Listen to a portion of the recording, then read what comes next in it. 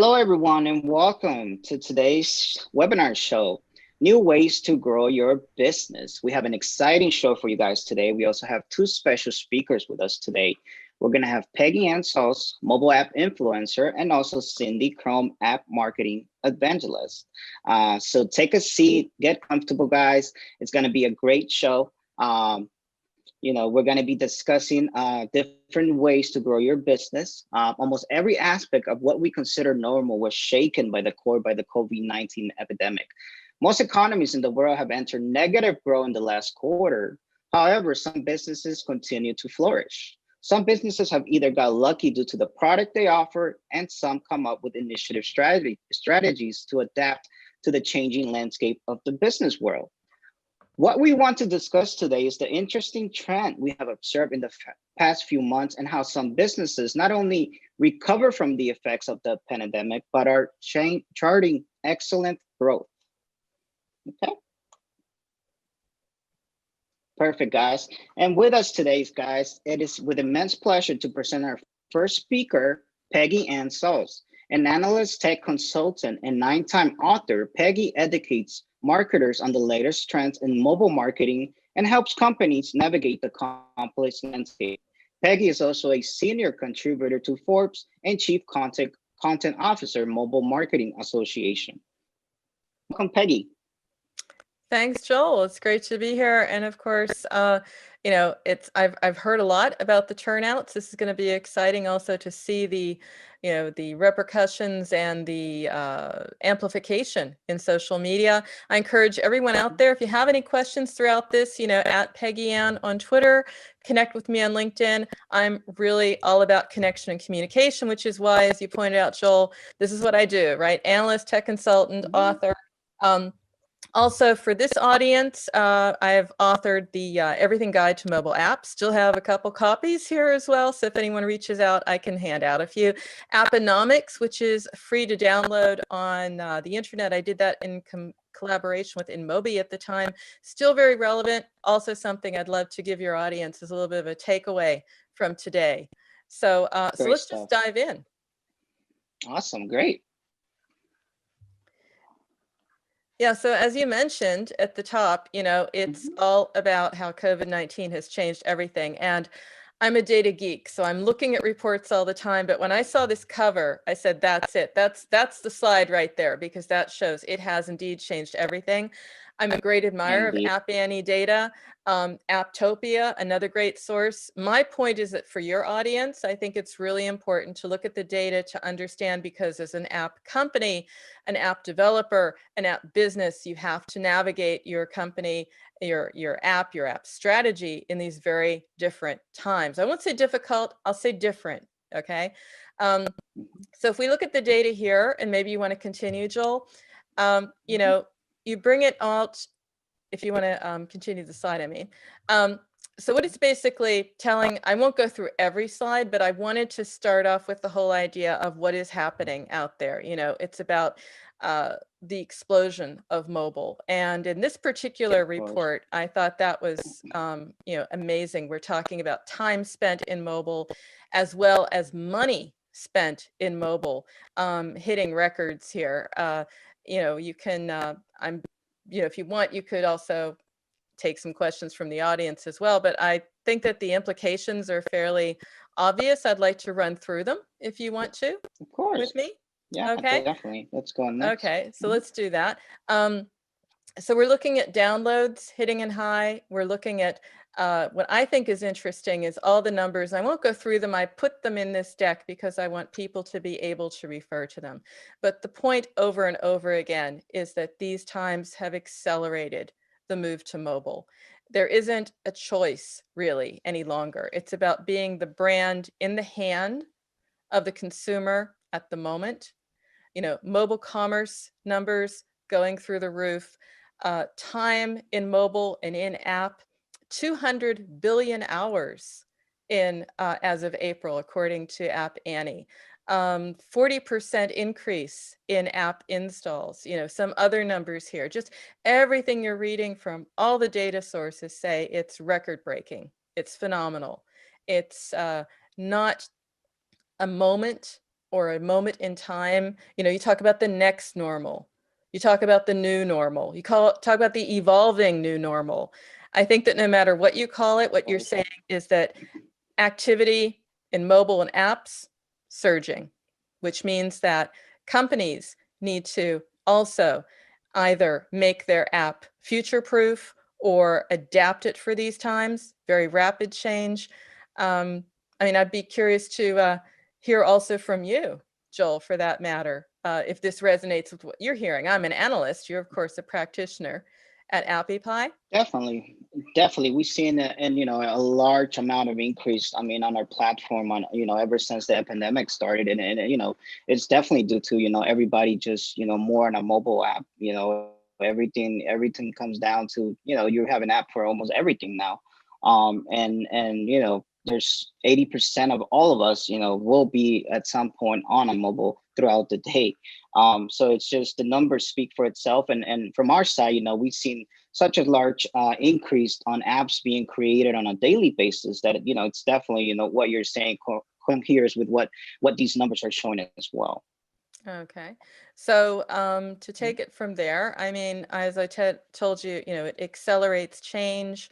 It's how brands and companies interact with us. All-time highs, 40% year on year. If you want to take me through a couple more data points, I think, before we get to basically what that means. You have a strong audience interested in commerce. Commerce is really it. Mobile is critical to this indeed. So Peggy, what are the implications for companies and developers, especially commerce? So what I think it means is that a couple of things. The journey has changed. I'm talking to people who tell me, and I believe it because my research shows the same thing. So we used to talk about a funnel, or we used to have flows. We used to think that there was, awareness and consideration and conversion, and then engagement or advocacy or whatever you want to call it. Those models, I think that that's very different. I think that everything is very much more fluid, and that you need to be more fluid in how you approach your audience, to connect with them, to communicate with them, to convert them, right? It's very different. If you're looking at commerce, it isn't linear, perhaps. You might say, oh, first I have to make a connection, then I do the messaging, then I show them the items, then I show the recommendations. I think you have to mix it up. I think you have to be very brave with your models. I think you have to break some rules. I think you need to be very engaging. And I think you need to keep in mind that shoppers' needs, because we're talking about, you're confined to your home. So mobile shopping is shopping, right? And I think that it has to be much more personal. And this is my favorite stat. There's a couple more, but I thought this really summed it up. This is from an Adobe report. The rapid shift to e-commerce catapulted an entire industry more than 4 years into the future in just under 4 months. That's rapid change.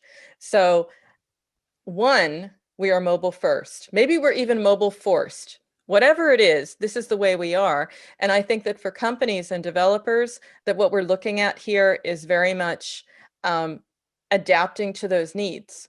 So you're going to have, if you have a commerce app, you have some supply chain difficulties, probably some bottlenecks, things you have to deal with. But what you also have to keep in mind is that my tastes are changing, my needs are changing. So what you're showing me, how you're interacting with me is going to be very much personal, contextual, and it needs to be valuable because, and we'll get to that in a moment, I do have some time to shop around, literally, for the apps I want to use and how I want to use them. And it may be that I've done some research into shopping apps, looking at marketplaces versus brands versus discounts. Discounts, of course, are in a good place if you're a discount kind of commerce approach. Marketplace is also quite good. I see that might be a bit more difficult for brand because, and I'll get to that in a moment, we are shopping around. So we are less brand loyal than we used to be. So if your audience, if there are brand commerce apps owners in your audience, that's a different story. But I'd love to get to that. And I also see there's already questions there. So if there are questions relevant to this, I'll take them right now. Let me take a pause. It's seems that one of our attendees, Phil, he's interested in a copy of your book. So, Oh, cool. All right. again, We'll do Phil. that. So for We'll do that, it. you We'll do it, at the Phil. end of the, yep, we'll send. Share Peggy's email, and you can email her, and you can get a copy of her book. Okay. Cool. We're good on that We, one. next, yep. Get in the next one if you want. There we go. And he says thank you. Phil just answers thank you. Peggy. So we're good. I love it. This is it. I mean, this is Zoom. This is the way it is. It happens. It's real. Okay. It does. Well, And I touch on what you commented, Peggy, and how it's mobile first, maybe mobile forced. And definitely we have seen that a lot of these small business owners have definitely been forced to come into the mobile world, and get an app created, get something going for them because they were out of it. I mean, they were doing everything, we can call it old fashioned, everything through phone calls, everything to, no mobile app, no website, no nothing to really, get a name out there for themselves. So definitely we seen this trend. And like you said it, in definitely 4 months, it's a huge change. I mean, for everybody. And I think it was forced upon us to make these changes. Oh, yeah. But at the same time, I think it's helping us, and it's helping a lot of these small business owners, to really get out there and be able to be recognized, and like you said, also, we're not brand focused anymore. We have so many options now to choose from that we can definitely go, anywhere for anything that we're looking for. So definitely on that. Good point. That's an interesting point on small business, because I've been also looking at some research also from, from all the big companies, the Cantars, the McKinseys, you name it, right? And because I read this is my life. And I was pleased to see that this also is a moment of, as I said, massive change, but I see also massive opportunity. So for your small business, for example, there are a number of surveys out there. Morning Consult most recently was a really good one, where people are thinking also more deeply about their purposes and their purchases, right? This is the reset.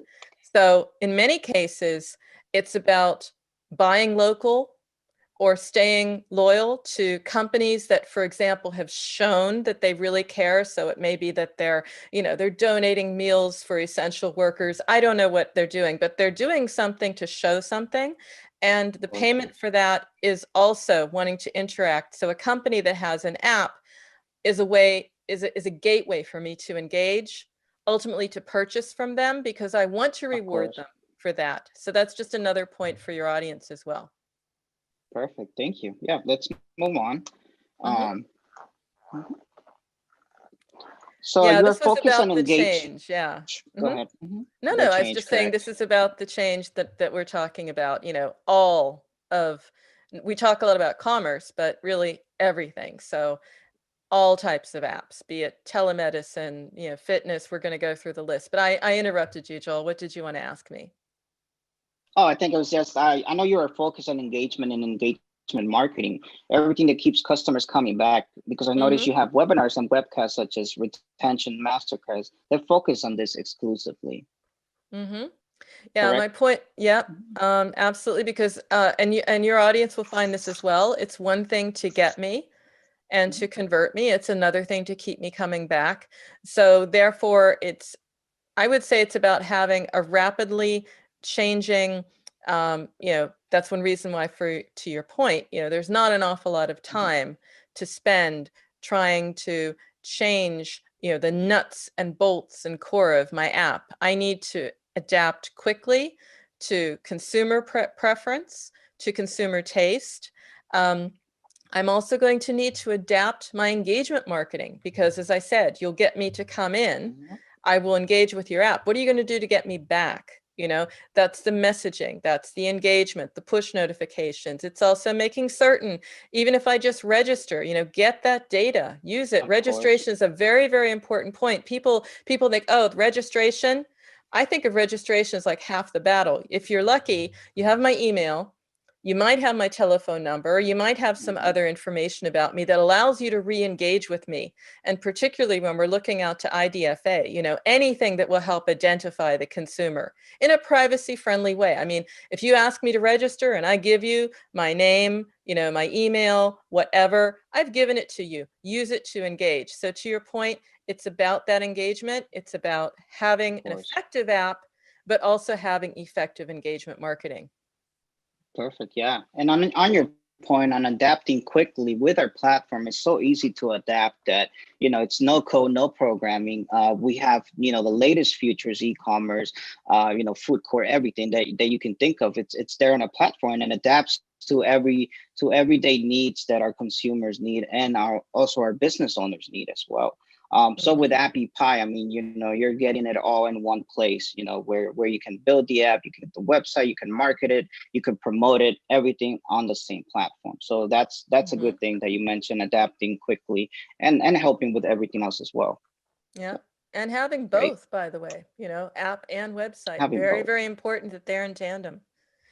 This is, again, just going through some numbers. I thought your audience would appreciate it, understanding what's going on, the acceleration, online entertainment. This is what we're doing. Streaming apps are going through the roof. Give me a way to spend my time. We're still working. We're not at home and just confined to our home, but we're spending more time there, right? Remote working, obviously. Remote learning is going through the roof. I was just doing a webinar recently about this, and also some articles at Forbes about this. Nice. That not just students, but we as people, because a lot of us are going to have to think about career options. It may be that we are that you're furloughed, or you're redundant, or you're just saying, this is a different time for me. It's not maybe the best time to be in my current situation. I want to be in a different, companies that can offer this in a way that is personal, relevant, and valuable. I feel that that's a blue ocean opportunity. Definitely. Good So point. if you Do you want want to to, take some, there's some questions being asked. Do you want to take a couple now? Yeah, so let's we do have a couple. Bill McIntosh is asking, is every device compatible with customers' needs? Example, to place an order via an app, can it be linked to different platforms that is used by the consumer, by the customer? Well, I think that the app is evolving. I mean, if some people are grasping this opportunity with both hands, it's not everyone's opportunity, but with a flexible approach to apps, it is very much that you want to have, you want to build, they're calling them super apps, but what I'm trying to say is that you're trying to bring different platforms together. Yes, I want to order something on my app.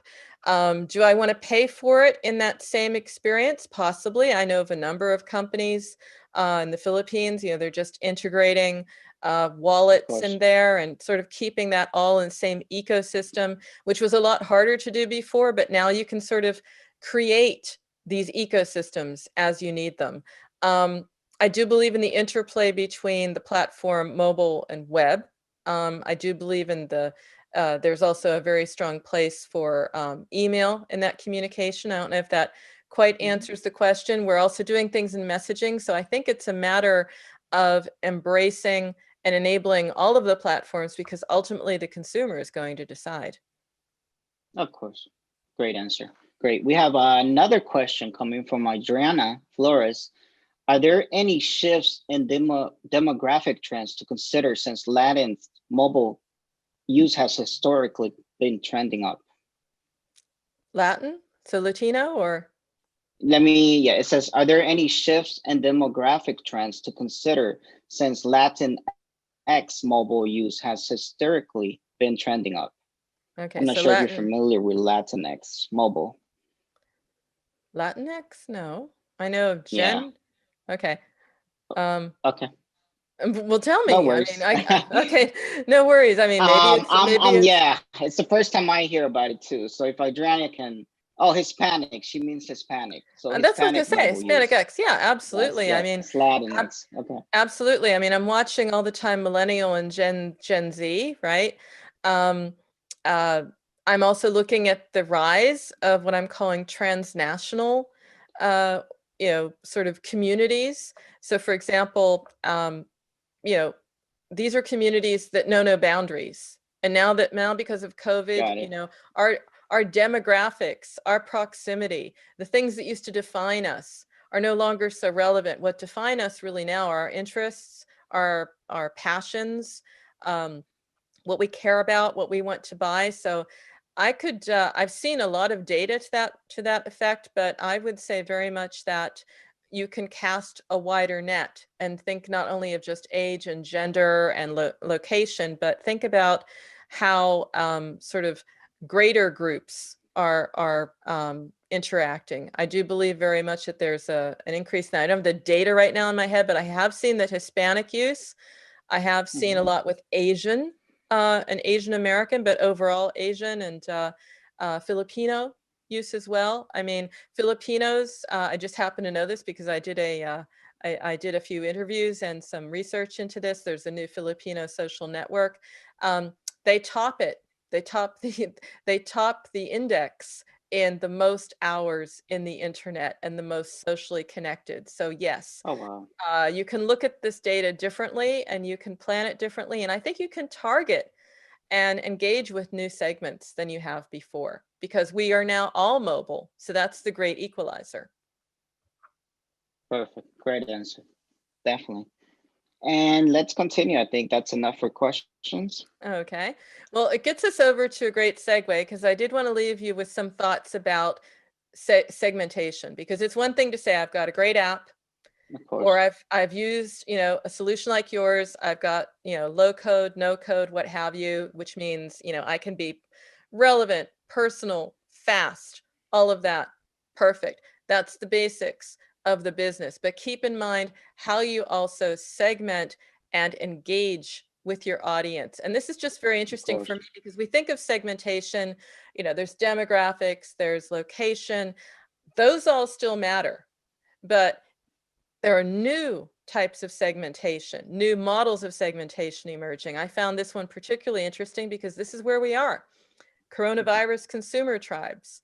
You know, this is from Kantar, fantastic research over at the Kantar COVID-19 barometer. Check it out. That's why I put all of the links to all of the deck, where you start to see people differently. So we've got precarious worriers, you know, this is scary for them. If it's scary for them, then there's a certain way to engage. There's a certain language, there's certain offers. You know, distressed dreamers, I'm very concerned about health and financial situation, but I'm optimistic. I do believe things will get better. You know, if you're an app that has, you know, obviously financial planning, ways to plan for the recovery, you know, good citizens, they want to be informed, adhere to the rules. You want to give them media updates. You want to give them breaking news. It depends on what your business is. But I'm just Of throwing this course. out here to get people thinking and open the aperture of how they view segmentation, because depending on how you see the segments and how you understand the psychographics, not just the demographics here, that will also help you shape your app engagement strategy. You know, and it's actually wonderful in a way because it comes down to human marketing. So yes, have the nuts and bolts of your marketing in place and effective, but also to be emotive. So effective and emotive. And I think that's also perhaps a positive note for small business in particular, because they have that opportunity.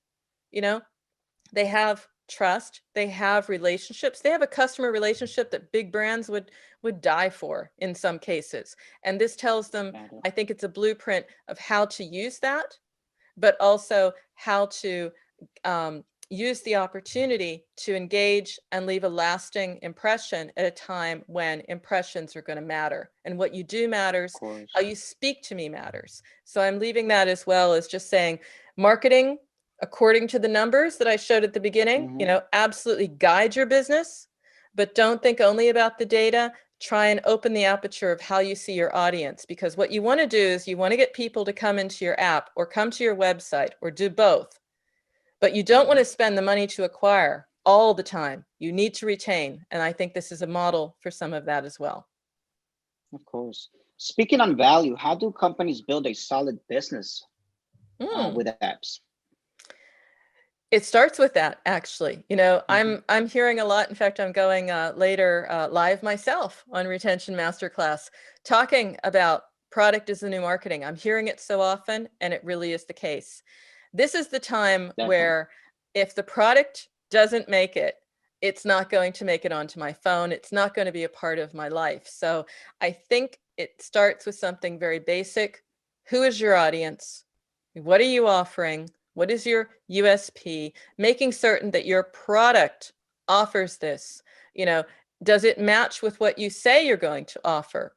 Many in your audience might not have advertising in the true sense of the word. If you're a small business, you don't have necessarily, a lot of advertising budget to sort of go out. But if you are advertising, or you're even just putting out messaging, it has to match. So how you build a great product is, first of all, the introspection of saying, what do I offer? Does it match the audience? Is the product good? And watch that product, the onboarding, map your customer journeys. If there's drop-offs, that's telling you something. It's saying, I don't like this point right here. I remember talking to one app company, and he was like, I don't understand it. They're dropping out. I don't get it. They come in, they register, they only get halfway through the registration, and then they're gone. What am I doing wrong? And it turned out it was just this simple, right? It was too much typing, too much information at once, all at once. And people were like, I'm not going to fill this out. And it was also very clunky. So I'm definitely not going to fill this out. And so, yes, that was the downfall of the app in the product, not the marketing, not the segmentation, in the product. So I want people to, if I want to leave anyone with a message here, it's to focus on that and to improve it. And yeah, let's look into the future. That's the last slide here that we can we can conclude with. Oh, I wanted to say something though about the future, but like you can thank me too as well. But I just want to make a point, because you're having a great guest next, and the other point about how we engage and where we are in this time is that we have some time to discover apps. So the good news is that we're looking at different brands, we're looking at different companies, we're looking at different apps. So nothing is, I would say that the cards are mixed again. So if you thought, no, we don't have the ability to compete against large companies, think again, because it's a time when I believe we're going to discover and become loyal to some different apps that meet our needs. So not always the blockbuster apps are going to get the full share.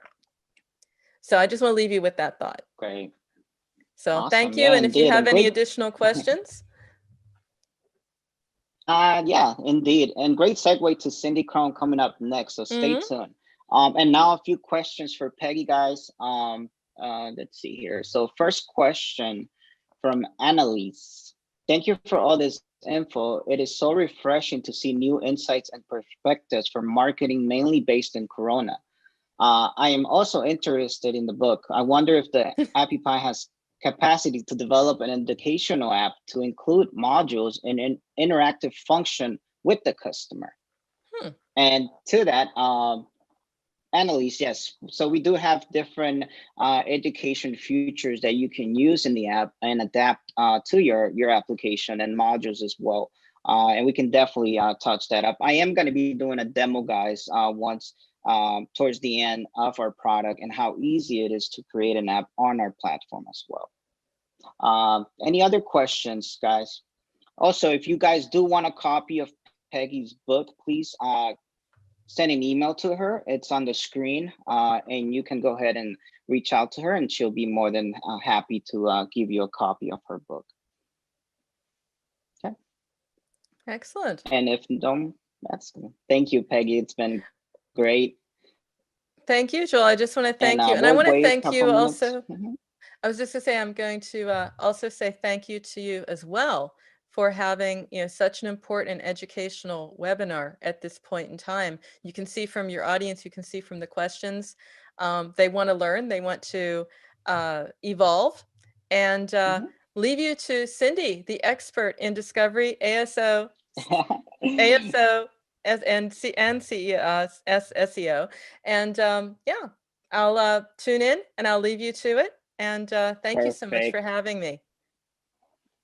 Thank you. Awesome. Well, Great, Cindy, thank you for joining us.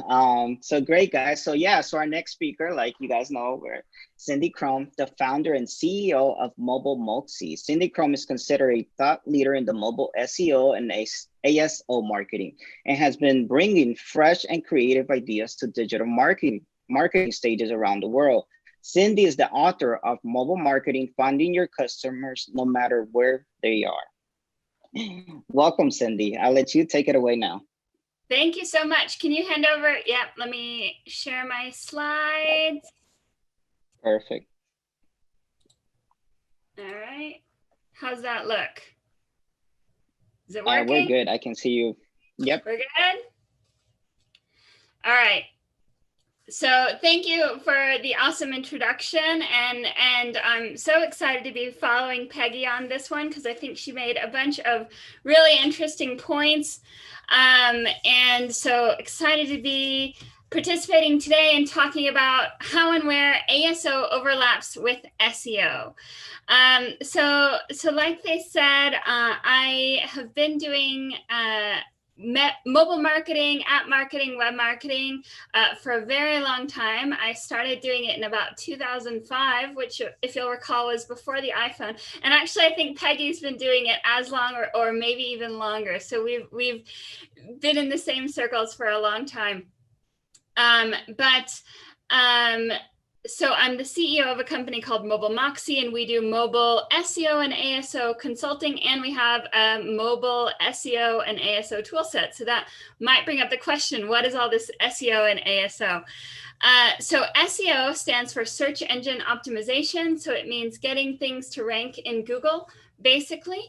And ASO is app search optimization, which means a variety of different things, but it's basically getting your apps to rank where people are searching for them. And in the early days of the web, these were thought of as two very different things. And me and the people at my company, Mobile Moxie, were the first to kind of look at these things holistically.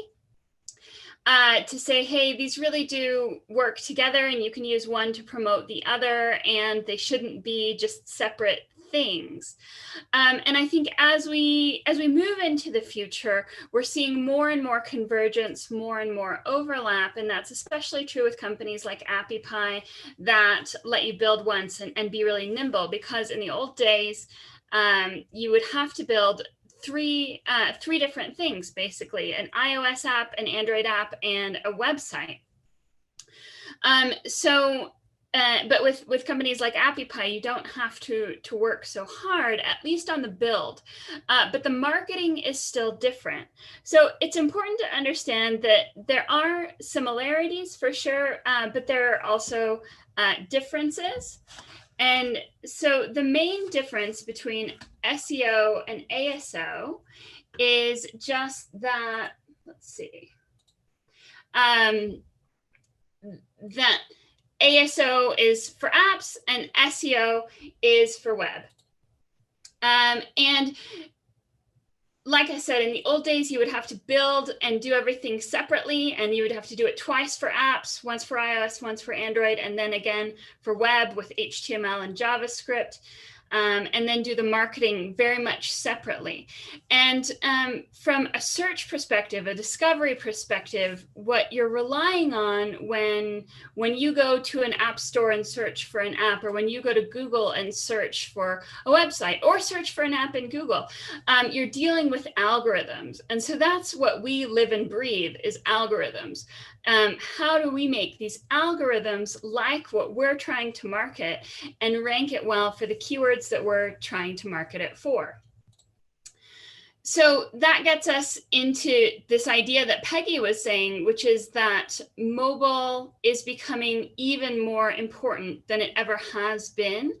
And it's just growing, and especially with COVID, people are spending more time away from their potentially work computer, and they're spending more time on their phones, really doing things like coordinating kids' school schedules, coordinating their own schedules, and they're more reliant on phones to help them manage their day-to-day life, whether it's keeping on top of their calendar as they work from home, or keeping on top of ordering groceries, or any of the things like that. So the average person now spends 3.7 hours per day in mobile, and that's quite a lot. But with that, the next important statistic to know is that 90% of a normal user's time spent on their phone is actually in apps. And that's compelling. If 3.7 hours a day, which is more than people spend on TV, are spent looking at a phone, and that's all in apps, that seems like it's really like a huge potential for us as marketers, that we really need to be doing everything we can with apps. And in some cases that's very true. And then in other cases, there's a little bit of hedging, and you have to kind of think about it a little bit differently. So when we're talking about 90%, it's maybe not as good as you might think, because if you had to guess, let's do a quick survey. How many apps do you think most people download in a given month? Just guess in your head. Okay. So most people are surprised to find out that the average number of apps in most places downloaded per month to a phone is 0. Some studies show the average is 0. Now, other studies break it down into more granular information. And what they say is 51% of users download 0 apps per month, and 13% of users download 1 app per month. But that's still not a lot. So if you're building an app and thinking, oh, 90% of mobile time is spent in apps, I'm going to kill it with this app, that might not be as realistic as you think, because the reality is that between the 0 and the 1 apps that are downloaded, 75% of apps are used only once after being downloaded and then never used again. So that one that the 13% are downloading, maybe it doesn't even matter because it was only opened once. So it's really, really a tough marketplace to be in, because people, for the most part, think they have all the apps that they need. And while they are spending a lot of time in apps, 75%, or actually more than 77% of a user's time in apps is spent just in their top 3 apps. And this statistic is even more deceptive, because the top 3 apps are often long-form engagement kinds of apps that you don't even think about sometimes as apps. So things like Netflix. If you're binge watching on Netflix, that really blows out the statistic of how much time you're spending in that app. Similarly, things like Google Maps, if you're doing driving directions and using that, that's a long form engagement where these apps are taking up a lot of time, much more time than you would ever spend on a website, but it's because they're going on as a main form of activity, or in the background as you drive, they're managing some kind of other activity, or they're on while you're cooking in the background. And so you're doing things with the apps rather than focusing entirely on the apps. Now, that's not good or bad, but it does skew the data quite a bit, because if you're not Facebook, Twitter, YouTube, Netflix, Google Maps, or potentially a chat app, the leftover time in apps that's available is significantly smaller.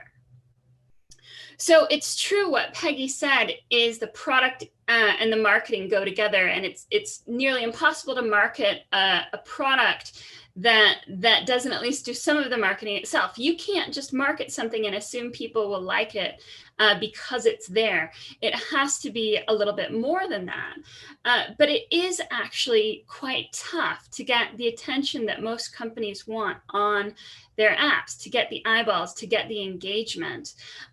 It's tough because there are some heavy hitters out there that really skew the data.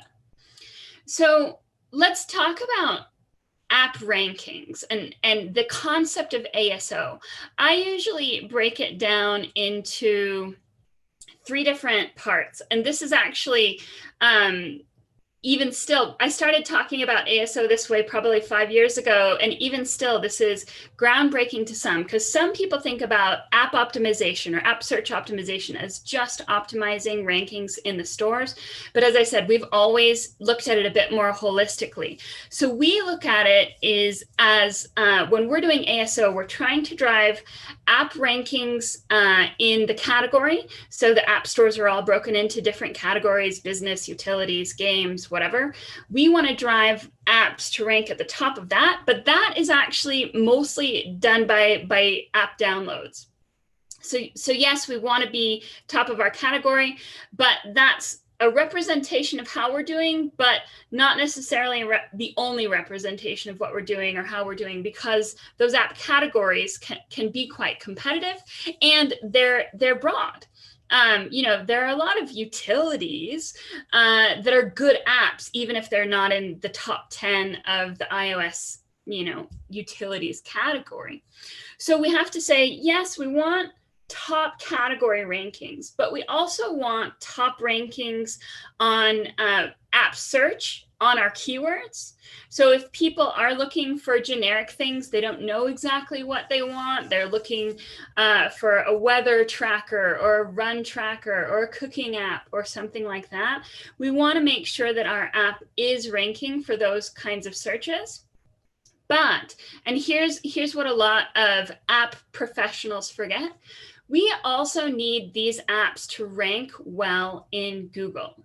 And that's where the overlap really starts to come in between SEO and ASO. Because what we're going to find out is Google is more important for apps than most app marketers think. So let's back it up and let's talk about traditional ASO. Traditional ASO started by really just focusing on adding keywords to the app submission in the title, the description, stuff like that, to make sure that when people search for those keywords, we ranked well. That's kind of the basic concept of ASO. And then if you're a big player, if you're a big brand and you can easily drive a lot of downloads, that's where you get into, competing on the category ranking. We want to be the top shopping app. And that's less keyword oriented, but the keyword rankings drive to some degree the category rankings as well, because if you have lots of downloads from ranking well on all your keywords, then you're going to have high enough downloads to place in the category ranking. But then,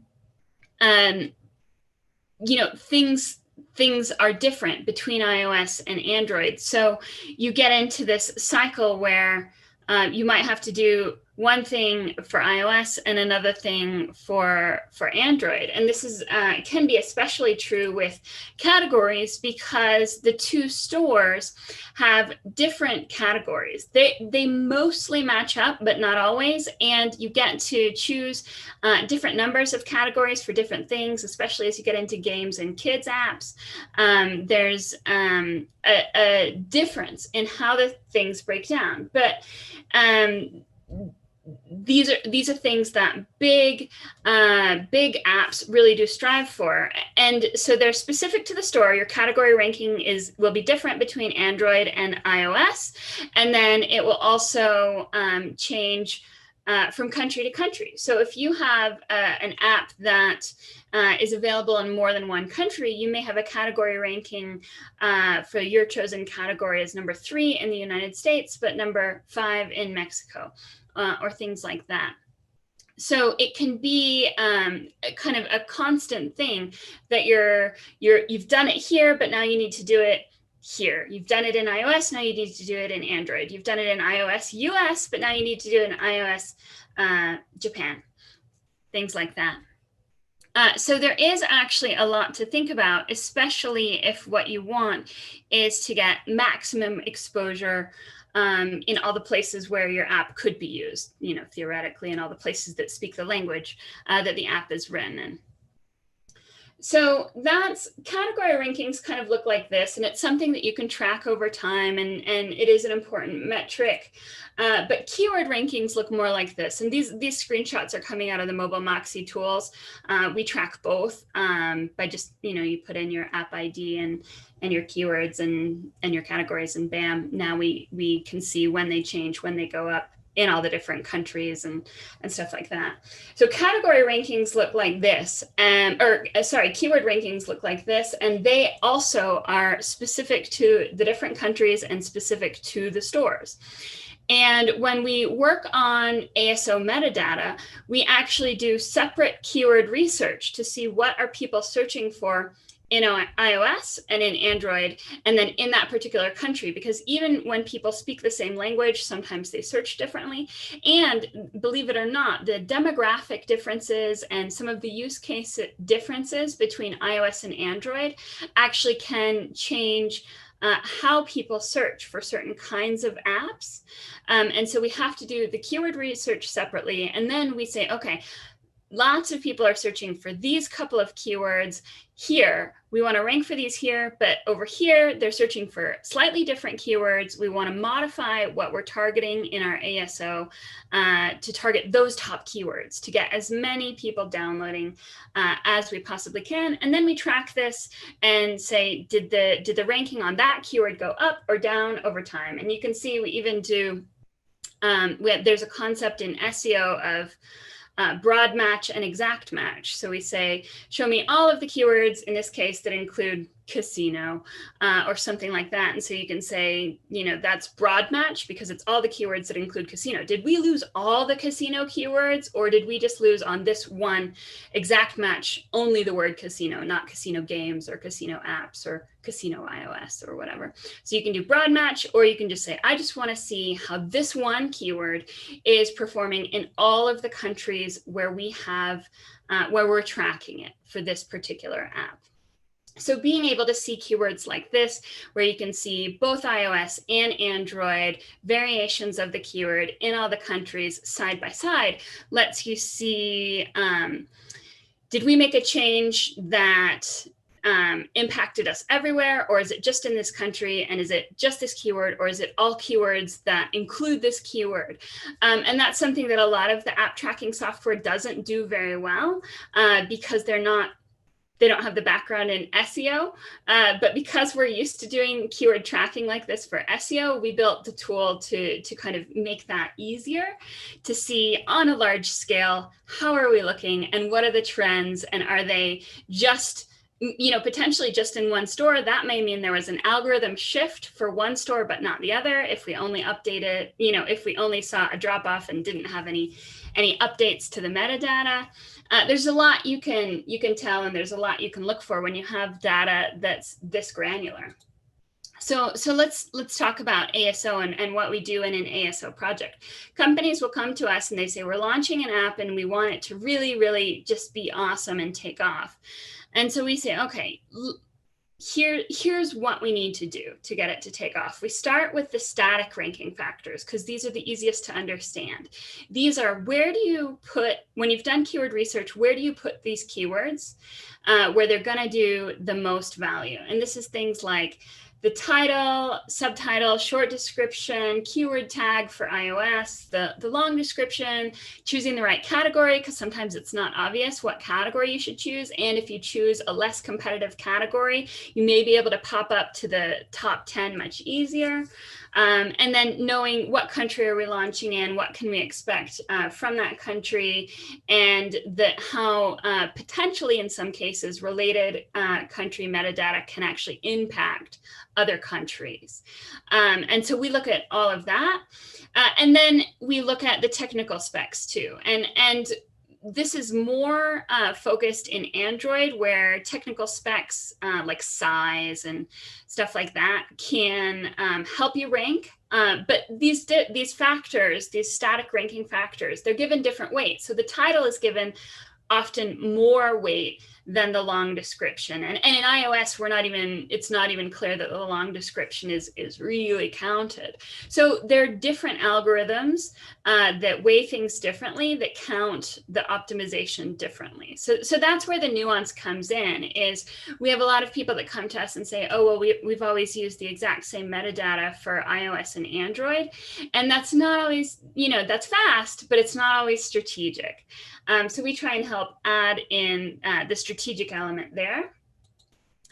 And then there's also dynamic ranking factors. And dynamic ranking factors are really one of the things that set ASO apart from SEO, because dynamic ranking factors are something that can be, in some cases, easy to manipulate, and some cases hard. And when I say manipulate it, I mean it with love. I mean, to encourage.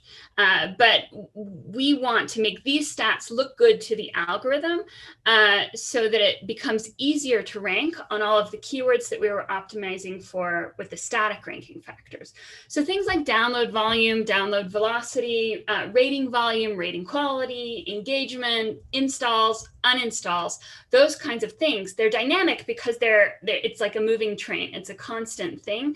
So we want positive dynamic ranking factors or ranking signals for the algorithm. And those positive dynamic ranking signals are going to make it easier for us to rank on the keywords that we've optimized for, even if those keywords are highly competitive. So something like a keyword like weather app, there are loads of weather apps. But if we have all 5-star rankings, and they all came in the matter of 2 days, and it's thousands, where we've just blown people's minds with this amazing weather app, then even if we have other factors that are not quite as good, the dynamic ranking factors can make it easier for us to float to the top of even very competitive keywords. So we optimize both of these things, and we help companies with the strategy for driving strong dynamic ranking factors, as well as creating and updating and modifying their static ranking factors. And I have to say that the biggest ranking factor that can help you the most is star ratings and reviews. And having strong download velocity with those strong ratings and reviews. And so it used to be that this was something that was easy to manipulate, but it's gotten harder, especially in iOS, because they've kind of pulled the ability to promote and encourage people to review into their own little software, where it used to be that you can just bother people and say, hey, review our app, review our app, review our app, and make sure that you're getting lots of reviews. The problem is that can always backfire. If you're bothering people too much, then they'll give you 1 star. So even where you can still kind of encourage reviews, you're not allowed to incentivize reviews with free coins in a game or anything like that in either of the stores.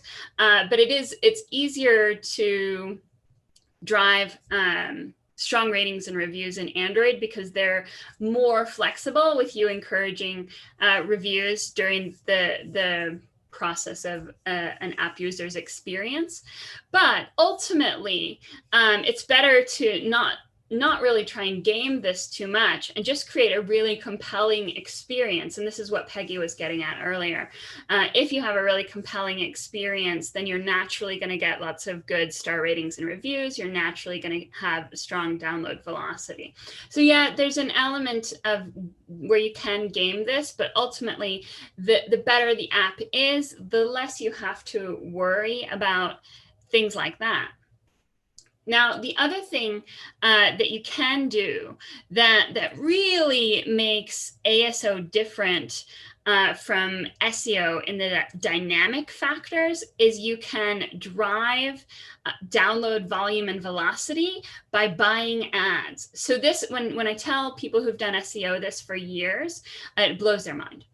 But essentially, if you are buying for ads in the, paying for ads in the store, paying for ads in Google, sending out emails, paying for TV spots, if you're doing any of those things to help encourage download volume and velocity in the App Store and getting people to download your app, that's going to make your app look better to the keyword part of the algorithm, because they're going to say, wow, there are a lot of people that really, really want this app. People really think this app is cool. There's a lot of demand for this app. We should probably make it easier to rank on all of those keywords. And in fact, what we've found is that the sensitivity of the algorithm to download volume and velocity seems to be higher at the initial launch of an app, and even to some degree after app updates. Because what that says to the algorithm,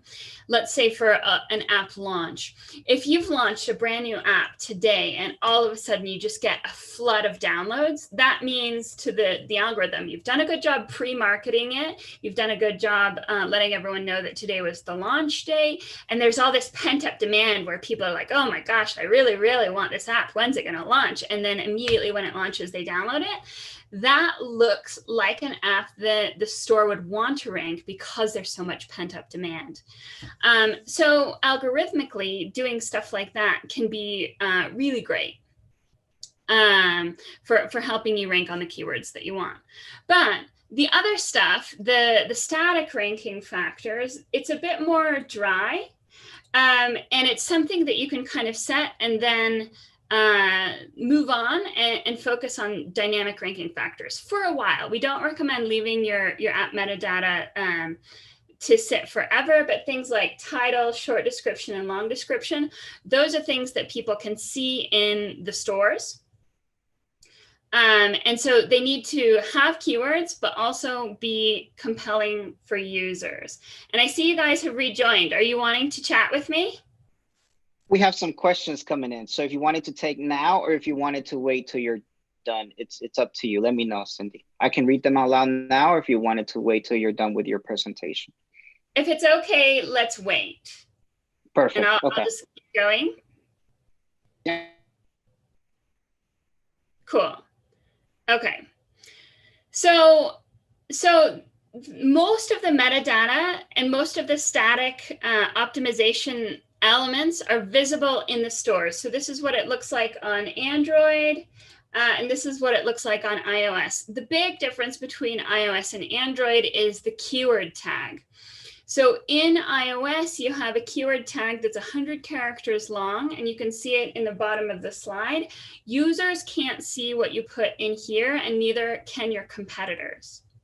So there are limitations. You can't knowingly violate or infringe on people's trademarks, but you can get quite creative with what you put in your keyword tag, and it is weighted somewhat heavily in iOS.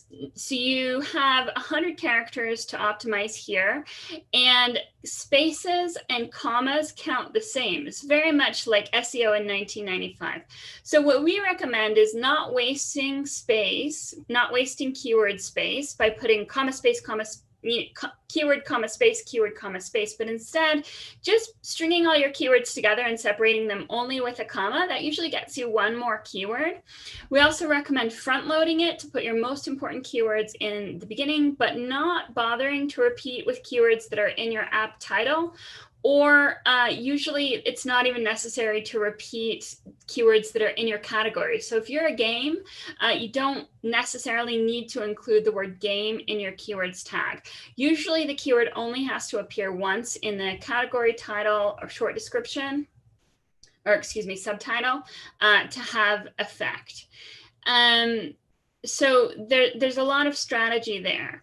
The other thing is that unlike Google, iOS is not as good at understanding how language works. And so variations of a keyword like synonyms, children versus kids is a big one. They've gotten better at understanding when there are relationships or synonyms between keywords, but the safest bet is always to include both if they're coming up in your keyword research. And same thing with ending variations on a word like ing or ed or er, track versus tracker. It's best to include both. Either, if hopefully one is in your title, and then you can include the other in your keyword tag. But this is basically what that looks like. You have different character limits for all of the things in the static ranking factors, and you want to be compelling, but also put as many keywords as you can without making it seem stuffed. So you've got to balance, users reading it versus bots reading it. It shouldn't seem keyword stuffed. It should seem like it's regular marketing copy, but just don't forget that the keywords matter too. So let's see. So one of the biggest things that happens when we talk to clients is they just want to include their brand name as the title of the app.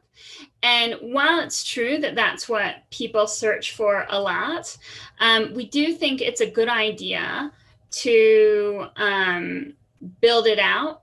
And I'll show you here. So even some of the top apps out there that really don't need that much marketing, they don't just put their brand name. They describe what they are and what they do in case a person's not sure, in case a person needs some kind of validation, and to drive rankings on the more long tail, less branded keywords out there. And the other thing to know is that the app title that shows up on your phone is different from the title that shows up in the store. And the title that shows up in the store is the one that counts for ASO values. So here you can see on the right, we have just kayak, but on the left, it's longer and it's got the other keywords. That's the one that matters for ASO. And the shorter one called the bundle display name in iOS, that one, it doesn't actually impact ASO. So, the other thing is just the long description. We recommend putting keywords in your long description for both iOS and Android apps, even though algorithmically it's not clear that in iOS it's really counted in their algorithm, but it is still relevant for Google ranking the app, and we'll talk about that more in a minute. So other things that are important, the timing of a app change, like an update, can actually be something that you take advantage of. If you know your competitor has a scheduled update, then you can do things with your app to make the most of that scheduled update, because some of the dynamic statistics reset with every update. So you'll have higher statistics than them until they build back up. The other thing is being able to track you or your competitors and know what's changed when. And so we have a tool that does that for every version of your app in all the countries and stuff like that. So you can know when we did an update, what changed. Did we change the title? What did it used to be? Because sometimes it's important to go back into history and say, oh, well, we lost a lot of traffic and downloads and rankings here. What changed during that time? And was it, just the version and the file size, or was it more? Did we change the metadata we were using? We actually had a client that kept accidentally deleting their app short description, and they would just tank. And we didn't know who was doing it, but we could always correlate their loss in downloads back to when someone, not us, accidentally would delete that and just leave it blank. And so you can, in our tools, we let you see when was the last change, what was the last change, and even drill down, and we'll say, this on this date, this is what the app title was, and then it changed, and here's the new one. So it's great for going back and seeing what was working and what's not working now. But here's the sticking point. Now, apps have changed, and people used to browse the store casually looking for what kinds of apps are available, but now 9 out of 10 of the top keyword searches in the App Store are branded. Now there's a reason to still optimize for the other keywords, and it's Google, and I'll talk about it more in just a second. But know that in the stores themselves, in Google Play and the App Store, your brand name is doing most of the work. The other keywords are supporting and help for browsing activity when it's there. But mostly now it's changed where they're supporting app discovery outside of the stores in Google. And the reality is that most people are learning about new brands in Google. You can see Google is the very top source for new brand discovery. And if you have a new app, then you're a new brand. The next one is ads on television. So this is what Peggy was talking about, where we have to start thinking about apps like products and making sure that we're optimizing them for where people find new products. And it's not the store. They don't start their discovery experience in the store. They often start it in Google. In fact, 50% of app searches start in Google, not in the stores. But Google has a much more diverse keyword set. People aren't just searching for branded things there, and they have a lot of different kinds of things that rank in Google. It's not just about blue links anymore. Sometimes it's app landing pages from the stores that rank. It's these app packs. And all of these other things that can rank in Google. So this used to be the only thing we could rank when we were adding keywords to long descriptions, because Google crawls the app stores just like they crawl other websites. But now we have these app packs, and this is a whole new algorithm that's different from the iOS algorithm, different from the Android algorithm, and different from the Google at-large algorithm. And so we need to drive rankings in app packs. And this is where ASO really just goes back to regular marketing. And it's important to be here. And it's important to know that just because you see something on your phone doesn't mean it's the same on every phone. And in fact, app packs are specific to the operating system. So you can see the same keyword drives different apps in iOS than Android, because there are different apps in the store that could rank for that same query. So you have to know what's happening in iOS and what's happening in Android, especially for these app packs. And it's something that's worthy of tracking because they'll change pretty regularly for the different keywords. And this is where the broader keyword searches are happening. And it's important to know that between iOS and Android, not every keyword that triggers an app pack on an iOS phone will trigger an app pack on an Android phone. They're using a different algorithm to see when should an app pack show up, how many apps should be displayed. It's usually 3, but it can be more, it can be less, it can be an app single. And where on the page should it be displayed? Should it be displayed at the top or maybe somewhere at the bottom? So this is where the differences between app and web really overlap. And we also have a tool for this, and I'm just going to show it to you quickly. So it's location specific. You put in the keyword in testing view. You can choose any phones that you want. We recommend always choosing an iOS and an Android phone. And then you can run the test and you can see what is ranking, including ads, including this disambiguation thing at the top. When we search for this important keyword in Google, what are we competing with? Should we be in those ads? And what are the apps that are showing up in the app pack? How many apps are in the app pack? And what are the differences between iOS and Android? So it's important to know what you're up against and watch these things. And we let you not only test this live, but also track it and look at exactly what's there, either on a daily, weekly, or monthly basis, or whatever you want. So in the end, we're wrapping it up. The similarities, both SEO and ASO focus on keywords, user signals, and technical success of the app.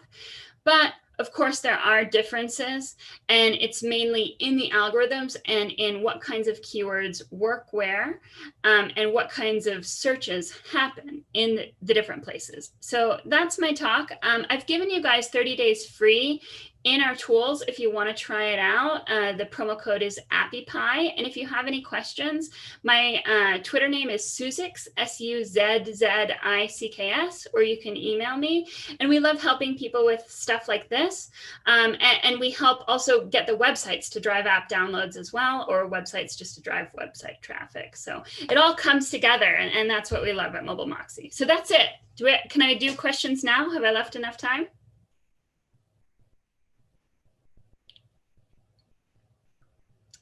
You're muted. I There wish we go. I could. Yep. We can do questions now. And actually, one of our first comments when you started was, "This is a fantastic webinar," from one of our viewers, Bolarin, Michael, I believe. Yeah. Thank you, Okay, Michael. so I have a whole YouTube channel, FYI, with a bunch of stuff like this, if you want to learn more. Awesome. Next, we have Bill. He's asking to compare big branded apps with local user apps. Won't the analytics be much more different for food ordering apps than local taxi apps and so forth? Yes, absolutely. You need to evaluate your success based on metrics that matter to you. And so, for instance, like a category ranking might not be useful for a local, especially if it's a city-specific app, like let's say a Denver Eats app, is not going to be able to compete in the category, but it can still do a great job ranking for its brand and ranking for specific terms. So that's why we only like the category rankings for really big brands, like, and we've worked with really big brands. I didn't list it at the beginning, but we've been around forever. So we worked with some of the biggest brands in the world, really. Yeah, awesome. That sounds true. And next question comes from Al. He's asking, what type of apps are most profitable in your expertise? It's a good question. So the trend to paid apps has gone way down. People aren't making money by selling their apps per se. What they're making money with is selling things in apps. So things like Uber, food delivery apps, where there's a transaction that happens, but you don't have to pay to get the app. That's where you make a lot of money. But it also goes back to what Peggy was saying, which is you have to have a good business model that an app supports. An app is often not a business model in and of itself. So just because you have an Uber app, if you don't have drivers, if you don't have, people doing the work, then you're not there yet. Perfect. Great. Next question comes from John. He's asking, what form of advertising is better, incentivized or non-incentivized? So I guess I would want to know what kind of incentives is he offering, because it's fair to offer things like promo codes and stuff like that, and that can drive app download volume and velocity quite well. So I think that's a good way to go, but I can't think of what other incentives.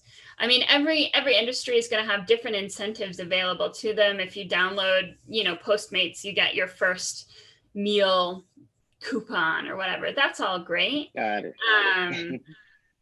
Yeah. So I think it's great, and it depends on what industry you're in. What it is. Okay, great, awesome. Next question comes from Tony. He's asking, do I need to create 2 different apps for Android and iOS, or can it be possible that just one works for both? And I think with Appy Pie, right, you guys are a build once and deploy everywhere, so you don't have to build. But in the old days, you would have to hire a separate development team for both. So that's the solution that Appy Pie brings, right? Correct. So with our platform, you can create one build, and it's for all the platforms available. Okay. So it makes it easy. Next question comes from Tonia. She's asking, any advice for dating apps? So much Not sure advice, what but advice. it's not necessarily ASO advice. Okay, yeah. Let's see here. Oh, I know an advice for a dating app. One of the biggest keywords that people are searching for everywhere is free. So if you're a free dating app, some of the dating apps, they let you set up your profile for free, but then if you actually want to meet people, they charge you. So making sure that you make that clear.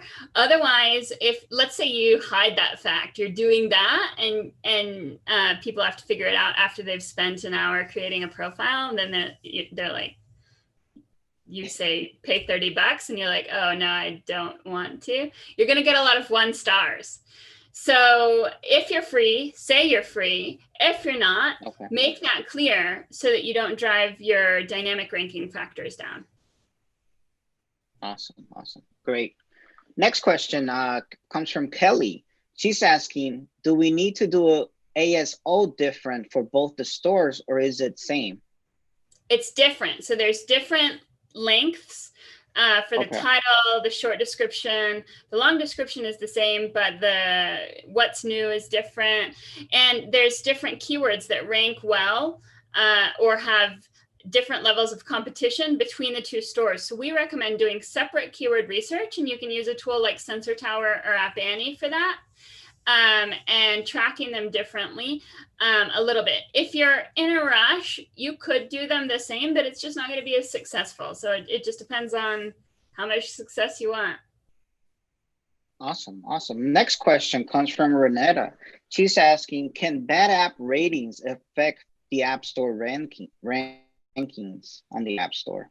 Yes, absolutely. It can affect keyword rankings as well as category rankings, because if you have low star ratings, you're not going to rank as well, because the algorithm is going to see that people don't like your app and they don't want to give people apps that they're not going to like.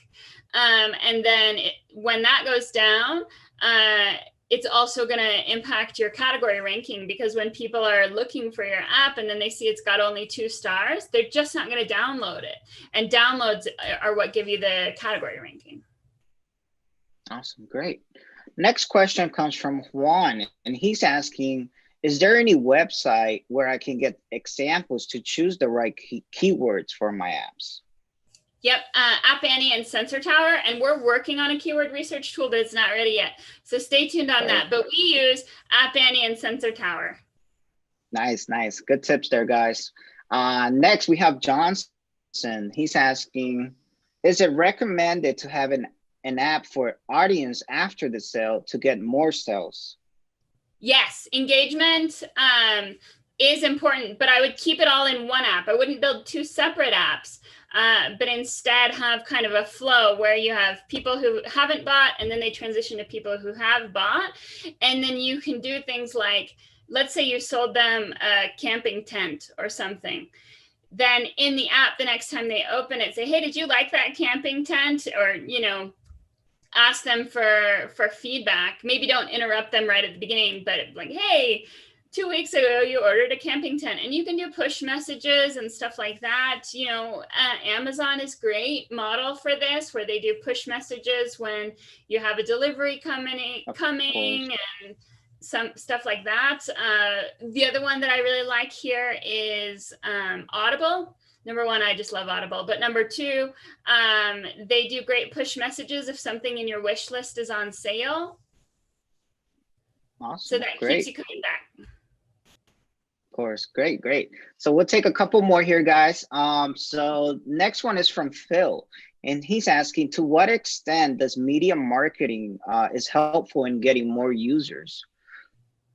I think media marketing is great, especially as we move into this new world where apps are products that you have to market just like anything else. So a lot, especially during COVID, we've seen an increase in TV ads for call blockers, for any kind of communication software, school software, food ordering, grocery ordering. All of those companies are now, they're treating the app like something real, not just a test. This is real. This is part of our business. So they have to market it with TV ads and ads in print media and stuff like that, just like anything else. Awesome. Great answer. So here is asking, how effective to promote an app through a promo video? So promo videos are great. I think creating the promo video is a good start, but getting that promo video cut up into a short commercial, 30-second commercial or something like that, and then working with YouTube to get it played as kind of an interrupter, or working in Facebook to get your promo video as a pre-roll. That's the next step. So yes, you can create a promo video, you can put it in YouTube, you can even put it in the stores, a video about your app, but don't stop there. Awesome, great answer. Another user, I'm sorry if I can't pronounce your name correctly, Aditya, it's asking which advertising platforms are good for an app on both iOS and Android. So that is, yeah, that's industry specific, but I would say number one, start with what you're good at. You don't have to learn something new. If you're already great at Google PPC, start there. If you already know stuff about Facebook or YouTube, start there. And then after that, I would say you're going to get the most eyeballs in something like just Google. What would you say? Do you have thoughts on this one? I would say Google as well. I mean, it's the most used platform, I think. Yeah. That's what I would recommend. So YouTube, most people don't realize this, but there's Google, and Google owns YouTube, and Google is the biggest search engine in the world. And separately, totally separately, YouTube is the second biggest search engine in the world. Exactly. Correct. Great. So one last question, and we'll let you go, Cindy. And last question is again from Kelly. She's asking, so which one store do you think is difficult to achieve, Google or Apple? And she says means which will take long to show results. I've got to think. If you have a great app, I think that it doesn't matter. They're about the same. If you have a less than great app and you're trying to trick people or do anything illegitimate, that is harder in Apple. Harder now. Well, there you go, Kelly. That's your answer. Well, thank you, Cindy. One of the things that I'll throw out there is just that our keyword ranking tools are great for international ASO, and we have consulting to help with ASO and SEO. And we really want to encourage people to use this promo code Appy Pie to try things out and give us feedback because we're excited about them, and they're not well known like Sensor Tower or App Annie. That's why I said we're adding the keyword research part, but those ones are better for that. We're just better for really cool tracking that's beyond what you can get in the other ones. And also we have APIs. So our tools can be pulled into other tools, can be pulled into Google Sheets. If you wanted to like have a button in your Google Sheet that would just show you what does the app pack look like today. Totally easy in our tool set. So I just wanted to give that promo because we've worked really hard on those. And we are trying to actually engage with other tools as well to start making those APIs available. So that's my last bit. Awesome. Thank you so much for having me. Thank you. Like you heard it, guys. Try out Cindy's tool, Mobile Moxie. Definitely use the promo code Appy Pie, and you guys should give that a try. Thank you, Cindy. It was a pleasure having you here on our show today. Thanks. Thank you. Until next time. Thank you. So great, guys. So let me do a quick change of screens here, guys. So next we're getting to the good part here, showing you a quick demo of how easy it is to use our platform. So for those of you who are not aware, we offer different products now on our website here. So the first one here you're going to see is going to be mobile application, website, task automation, chatbot, and also graphics. I'm going to be showing a demo today on how easy it is in 3 easy steps to create an app. So let me go ahead, just get my stuff here ready. Let's see here, guys. Awesome, guys. I hope you're all enjoying the show, guys. It's gonna be great. So let me go here, guys. So great. So first step, guys, for those of you who are first-time attendees, our website, appypie.com, you can come right onto our homepage. You will see the options here. And like I said, the first option here, mobile application. So we're gonna click on get started here, okay? So an easy step, first step, enter your business name. I'm just gonna throw something out there, guys. I'm just gonna call this Express Delivery, okay? We'll just call this Express Delivery 1, okay?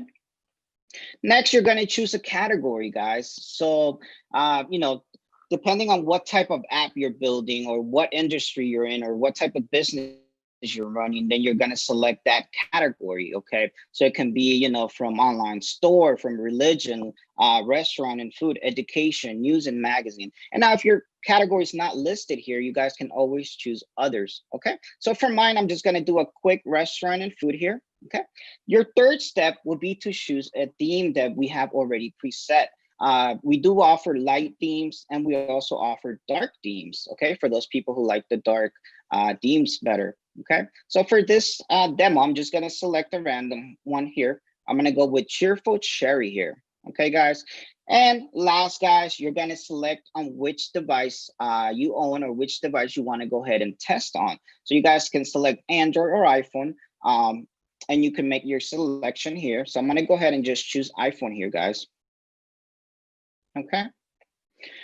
Once we select that, guys, the app, our system will go ahead and think which features you need for what, based on what you said from the beginning. So it's going to go ahead and make it for you. And now you can go ahead and customize it.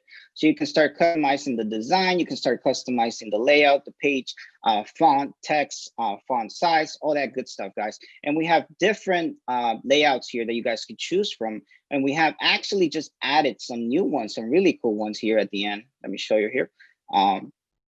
So we added these two new ones, guys. So if you guys wanted to change the layout of your app, how it looked, you guys can go ahead and select any of these layouts. And again, guys, you can also customize these. So if you wanted to go ahead and change the look of the theme, you guys can go ahead and modify them per your like or needs, okay? And then I'm gonna go here, guys, and come in here. I already have an app here ready to show you guys. And I'm gonna be going over some of the features, one of our biggest features that get utilized more. Some of our biggest features include our food court feature. For those of you who don't know what the food court feature is, it's almost like an Uber Eats, DoorDash type of feature. You get 3 applications with this feature. You get a client app, where all the orders, the client places the order. You have the restaurant app or the owner app where you receive the orders, or the business owners will receive the orders. And then you have the third app, which is the delivery boy app. And that's the one where your delivery people will use and get the notifications for the delivery and then pick up from the restaurant and then deliver it to the client. So it's 3 apps with 1 features that you're getting, guys. So let me go over it really quickly here, guys. So this is a quick preview of what it looks like. Again, it's almost a similar concept like Uber Eats and DoorDash. So you get the same type of feel, you get the same type of management as well. So let me show you here, guys, what that looks like real quick. So once you added the feature, guys, you can either manage it from right here. Once you're ready to start adding your restaurants and stuff like that, or you guys can click save and continue, and you guys can actually manage it from the main dashboard, which is right here. You're going to click on view. Now, if you do have multiple apps, guys, you will click on view more here. If you didn't have multiple apps, it will just automatically show the main dashboard, which is this one right here. Okay. So you guys can go ahead and manage this feature I just added from right here. You're going to click on manage. Okay. Once it loads, perfect. There we go.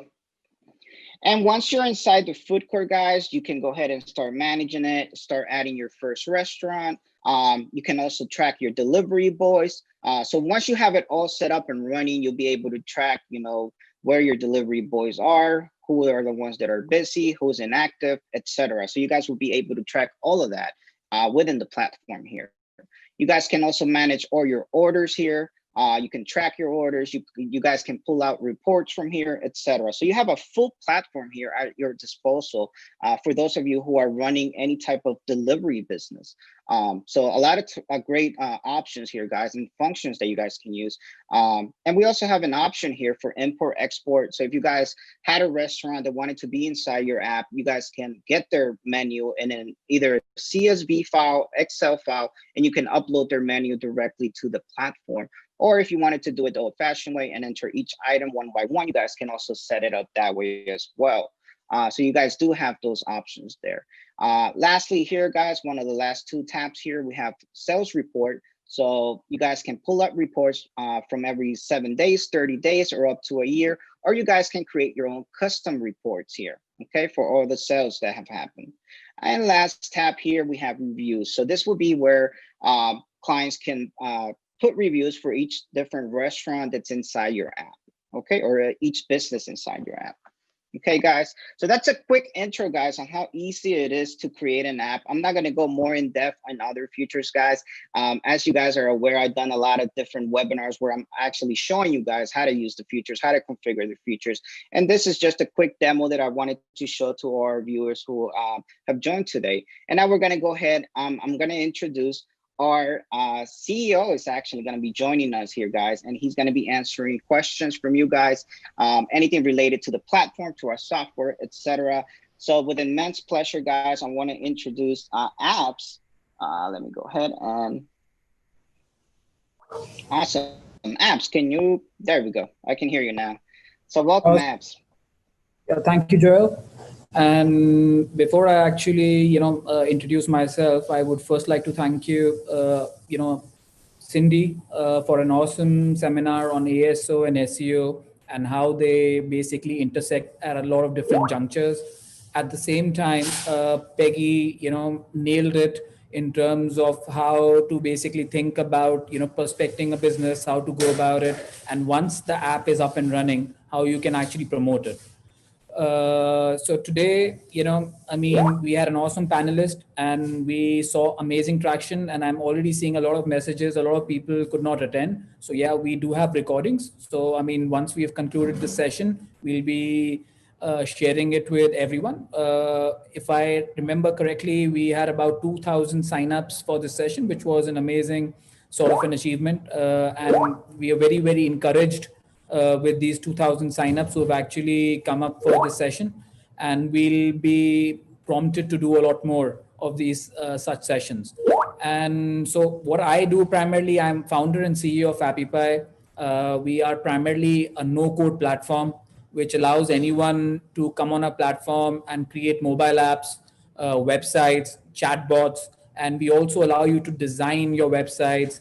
If you want to design your own Facebook banners, you can do that. You can design your business card, you can design your logos, splash screens, icons. So you don't have to worry about any coding knowledge. You can simply come on our platform and leverage our platform and use it to your advantage. So that's what primarily Appy Pie does. And I think now, Joel, we can get into the Q&A, and I'll be more than happy to answer those. Perfect. Thank you for that intro, Apps. And definitely, we have a lot of questions here pending, guys. So we're going to try to get to everybody's question here. So we'll start off with the first one here. Does Appy Pie food delivery feature have the option of payment on delivery? Oh, yeah. We certainly do have payment on delivery. So the good thing is we have been supporting the cash option. So once the driver or the rider reaches the customer with the pizza or any food item for your restaurant, there was an option to collect cash. However, the good news is we have just integrated a point of sale system with which you'll be able to even charge cards now. So if a customer wishes to pay using his card, simply take the card, open your driver app, use the point of sales and charge the card on the fly. So you don't even have to worry about collecting cash and giving it back to the restaurant. Now we'll be also supporting the credit card option in the delivery. Awesome. Great stuff. So stay tuned for that, guys. Next question comes from Raid. He's asking, is Appy Pie cross-platform? So we are not cross-platform. What we are, we support native technologies for both Android and iOS, but from an end user perspective, we are cross-platform. So when you come on Appy Pie, you create a single app and you get the Android library, you get an iPhone library, and we'll help you submit your app on Google Play, help you get the app live on iTunes as well. And not only that, if you have the app and you wish to use it as a progressive website or a website, you can even do that. So simply use your app as a website. So we could be your one-stop shop for both mobile app and websites. Awesome, awesome, great. Next question here comes from Adia again. Hey, just a suggestion. Sorry, that was not a question. That's more of a comment. Let's see here. I see that you guys promote PWA. Why are these better than a normal website that we can do on Wix? Oh, that's an awesome question. So the reason we have been, very bullish about the progressive web apps or progressive website is primarily because of the fact it is much more faster to work as compared to your normal website. And most importantly, it works offline. So once the customer has accessed your website, and if they do not have internet access, primarily when you are, on your way on a flight or something and you want to access information, or you're on an airport when you're unable to connect with a Wi-Fi connection, you don't have to worry about it. Simply open the progressive web app. It's offline. And the best part about that is you can definitely access all the stuff because it's offline available to you. And for third world countries where internet is not very, very prominent, because it requires 1/10 of bandwidth, it is easily accessible there also. So it is a revolution which was created by Google, and we have adopted, and we are getting our customers to adopt to this new technology as well. Awesome, awesome, great stuff. And now we have a great comment coming from one of our clients, actually, Jay Brintle from OTIP. He's saying, thanks, Joel and Apps and all speakers for a fantastic session today. I look forward to more of these in the future. Okay, great. Next question comes from John. He's saying, how did Appy Pie Android app manage to get 3 million installs so quickly? So primarily, as Cindy mentioned, we have been leveraging a lot of, ASO power, where we've actually used the knowledge of ASO that we have acquired over the years to gain a lot of traction. So we have used, a combination of a lot of strategies. And I remember someone asked another question, which were the ad networks that we've used. So, if I would recommend you to use some really cool networks like Zomato, InMobi. You could also use Facebook ad network to basically drive installs, and Google, as Cindy and Joel recommended as well. So sometimes it works, sometimes it doesn't work. In terms of, even someone asked about incentivized and non-incentivized ads. I think you need to use combination, so because as you would appreciate, you'll be paying 10 cents or 20 cents to basically a person who's installing your app. Eventually, they are just doing it. Eventually, they'll uninstall it. So the main reason or the main rationale behind doing this exercise is primarily so that we use the app stores or Google's algorithm to get you on those top 10 apps for the day. So, there is a terminology, it's called blitz scaling. So if you like to blitz scale and, you have a good ad budget and then you want to reach in the top 10 of the app store, you spend some amount on incentivized ads, some on non-incentivized, some on organic, and then you'll see the app keeps on moving up the ladder and you'll start to rank up really, really high on the search engines of the App Store as well as Google Play. So similarly, we have used multiple approaches. We've used incentivized ads, we have used non-incentivized ads, but bulk of those 3 million installs are organic installs. So it's, one very, very important thing that Peggy said was also the fact you need to have a good product. So people, who've been using our product, it's very, very easy to use. The 3 steps and you're able to create your app. So that's one thing, that's worked in our favor. So you need to have an amazing product. One amazing product, half battle is already won. And then you follow it up with amazing marketing and all the knowledge, with these different tools that you acquire. Awesome. Great stuff. We have a really good question coming from an anonymous attendee. He's asking, I use the website. However, I have a dating app that matches individuals based off location. So the website is not useful for my app. Any word on when the GPS feature on the website will be effective for apps that rely on GPS? I think it's already there. And Appy Pie, I don't know what platform you've used, but if you come on our platform, we have a dating app feature, which works on both Android and iOS. And then we also have a progressive web app. See, it depends upon the browser's capability. And most of the new browsers which are coming, like Chrome for that matter, supports all these. Safari is finally catching up. It's added the service worker feature recently. So it's becoming progressive, but not as the same speed as Chrome. But most of these GPS locations work on your Chrome browser.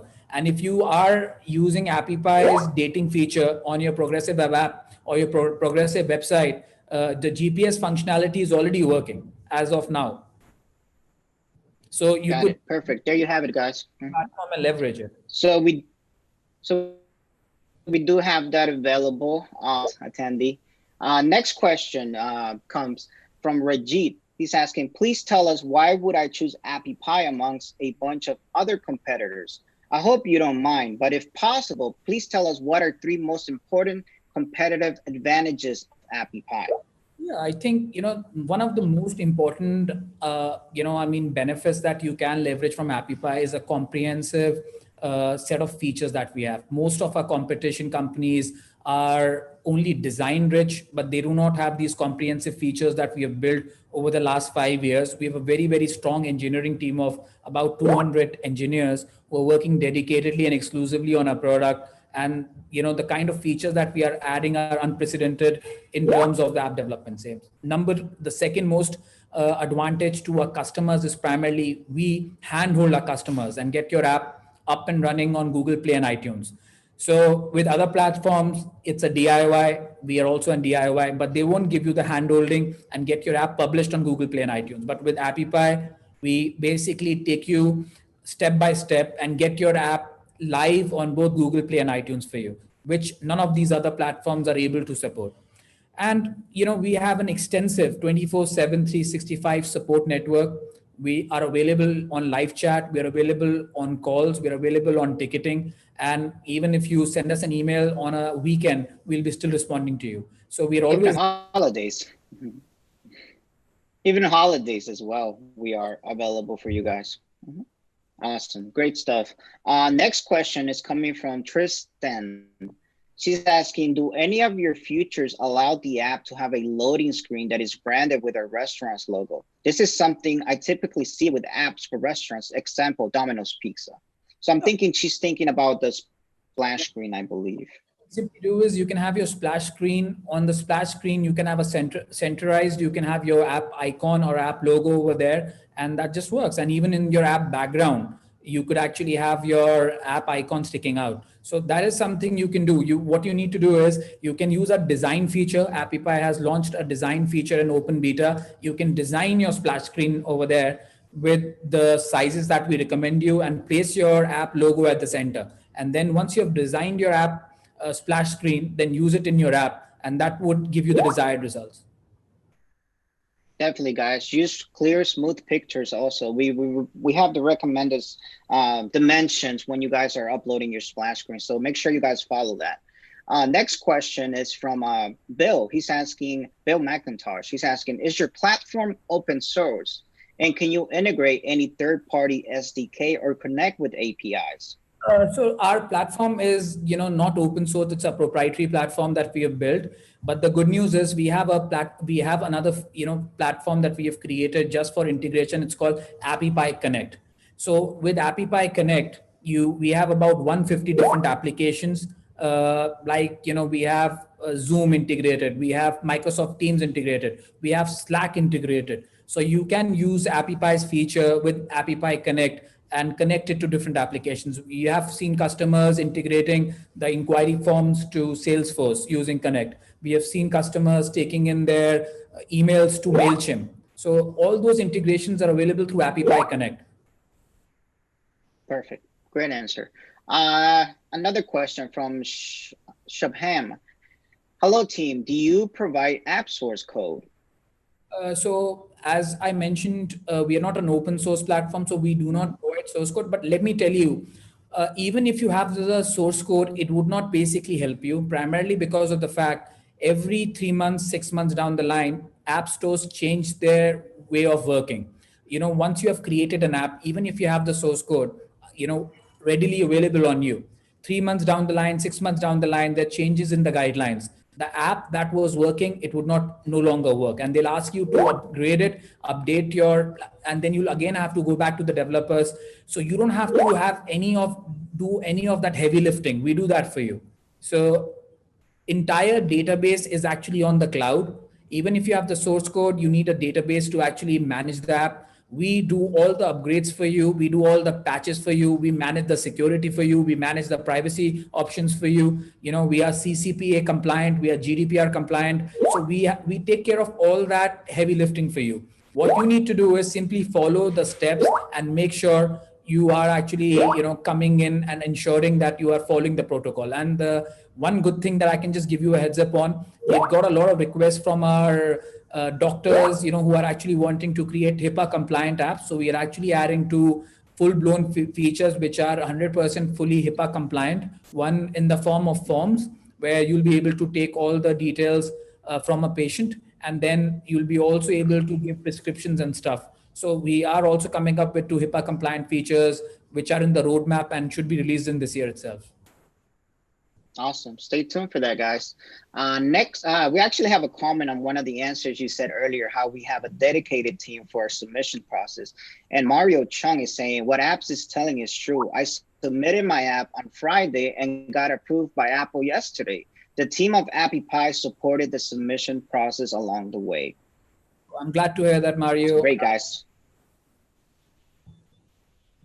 Awesome. Another question here from Renata. She's asking, do you offer support in other languages? I feel more comfortable in my own language. Also, how can I receive payments? She has 2 questions, actually. So the second one is also, how can I receive payments in my app in my currency? Oh, that's an excellent question. A couple of, I'll break that down for you.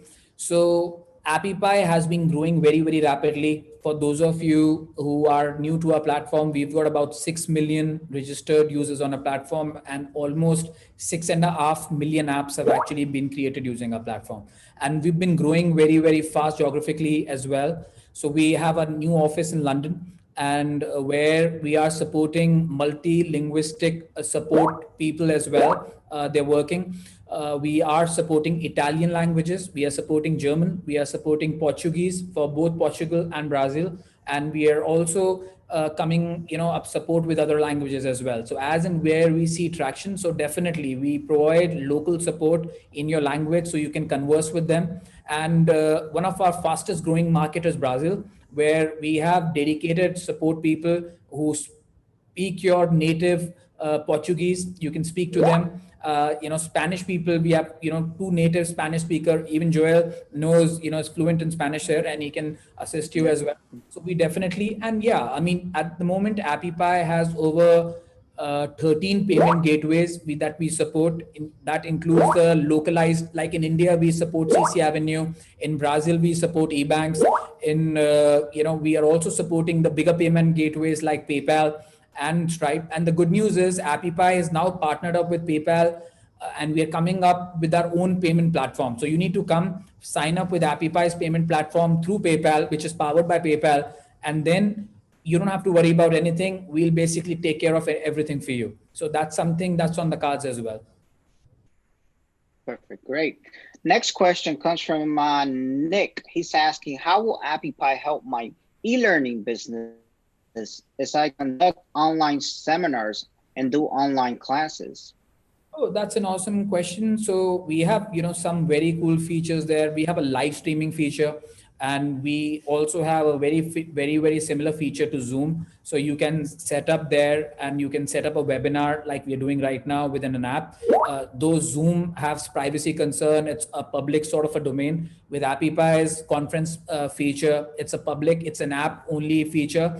It's accessible on Android and iOS, and it's only available to the employees of the company. It's an internal app distributed internally, which only company members can actually use. So if you have students or if you require, privacy, with respect to GDPR or CCPA, you can leverage that feature and use, to demonstrate classes. You can use that for appointments, and you can do video streaming. So there's a tons of features that we support to just assist that particular use case.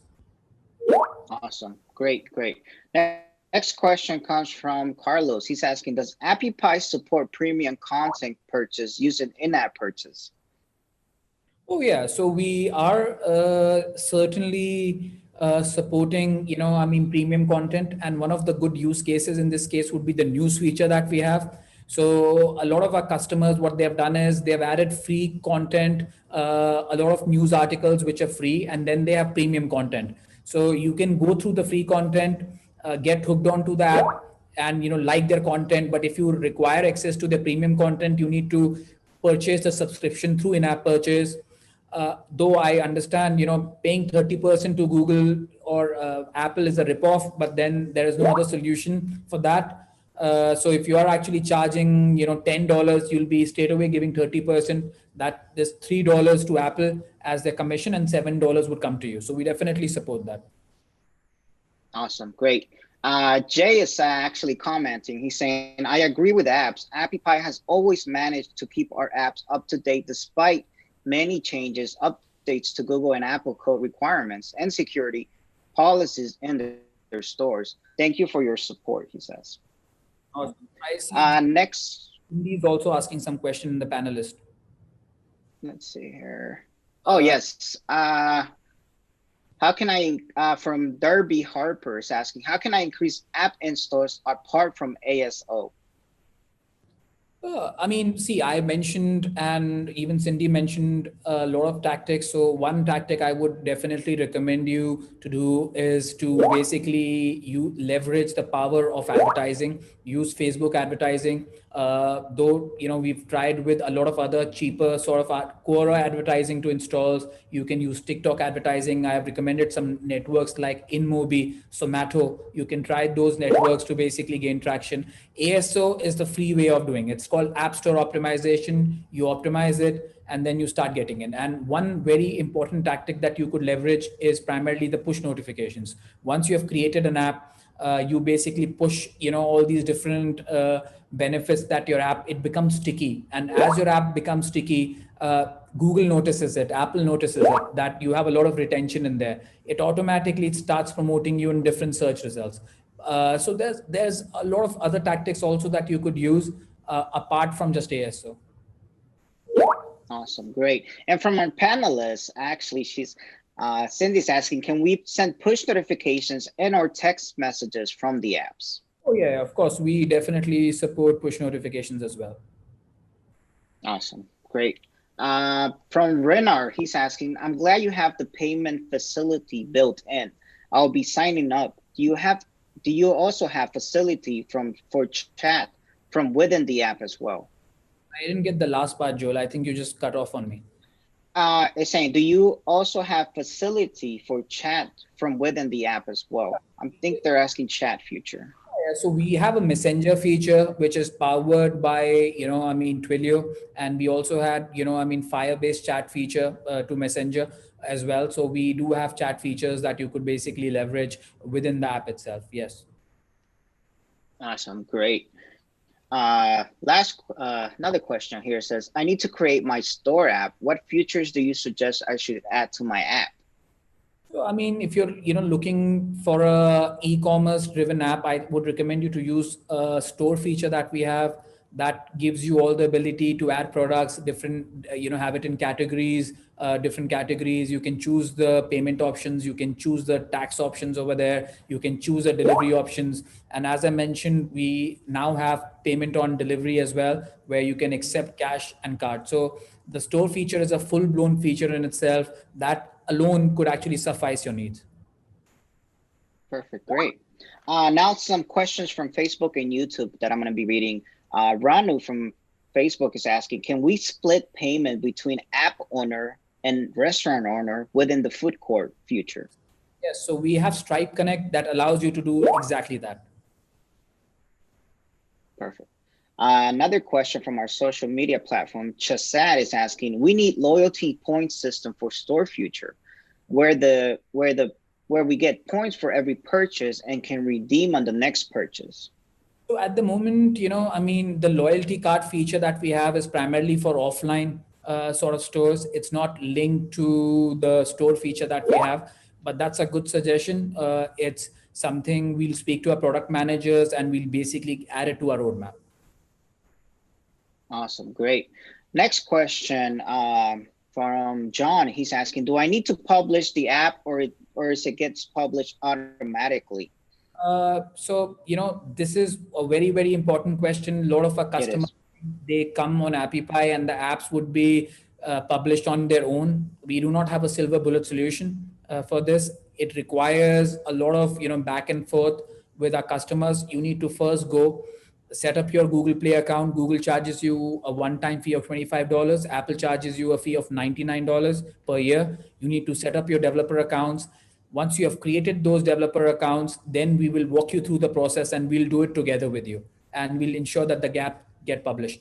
Normally, Apple's approval process is quite monotonous and tedious as well. It takes, somewhere from 7 days to 30 days to get your app published. In terms of Google Play, it takes 24 to 48 hours before your app is live on Google Play. So we'll basically ensure we'll work with you, but you need to do the prerequisites. That is setting up a developer account first. Exactly, guys. You guys would need to set up your accounts and then we'll do the rest for you. Bill's asking, pertaining to that answer, is there an additional charge to place your app on the App Store? There is no additional charge. So it's a complimentary service that we offer to all our customers. That's something we'll get your app published on Google Play and iTunes. That's part of the subscription amount that you're giving us. Perfect.